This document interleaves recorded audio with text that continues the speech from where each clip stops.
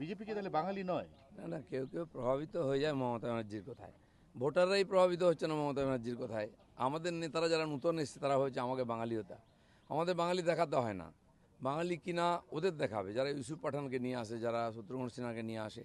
আমরা তো বাঙালি আছি, মাছ খাই, ভাত খাই, আর বাঙালিকে মাছে ভাতে রাখবো, কারণ এখানকার ধানের চাল আর এখানকার মাছ সেটাই আমরা খাবো।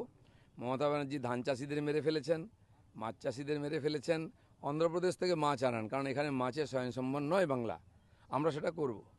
আর দ্বিতীয় কথা হচ্ছে, যে রেটে বাহিনী ঢুকছে, সঙ্গে একটা গাড়ি নিয়ে ঢুকছে, সেই গাড়িটা দেখতেই লোকের ভিড় জমে যাচ্ছে, এবং এটা নিঃসন্দেহ যে মানুষের মনের মধ্যে একটা কনফিডেন্স তৈরি হচ্ছে। ব্যাস ব্যাস, সেই জন্যই এসছে। এখনও টিএমসির নেতারা ভয় দেখাচ্ছে, তাদেরকে অ্যারেস্ট হতে হচ্ছে কাউন্সিলরদেরকে। এখনও পুলিশ ভয় দেখাচ্ছে, থানায় এতে ডেকে নিয়ে এসে ধমকাচ্ছে, কেন তুমি কাজ করছো বিজেপির হয়ে। আবার টিএমসির লোকেরা বুঝতে পেরেছে হাওয়া খারাপ, বসে গেছে, তো কেন বসে আছো, তাদেরকে পুলিশ ফোন করে অ্যাক্টিভ করছে। এই টিএমসির অবস্থা। এই করে ভোটে জেতা যায় না, বেশি দিন চলে না। নির্মলকে কালকে অ্যারেস্ট করেছে। না না, অনেক নির্মল পরিমল সব ভেতরে যাবে, দেখুন না।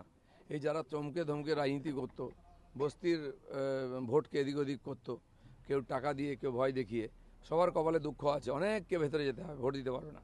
সাজোয়া গাড়ি নিয়ে বিরোধীরা বলছে যে যেন বাংলা দখল করতে আসছে, যেভাবে যুদ্ধ হয় বর্গী বাইরে জমিদাররা বাংলা দখল যেমন করতে বাংলাদেশকে দখল করেছিলাম আমরা, মমতা ব্যানার্জি এটাকে বাংলাদেশ বানিয়ে ফেলেছেন।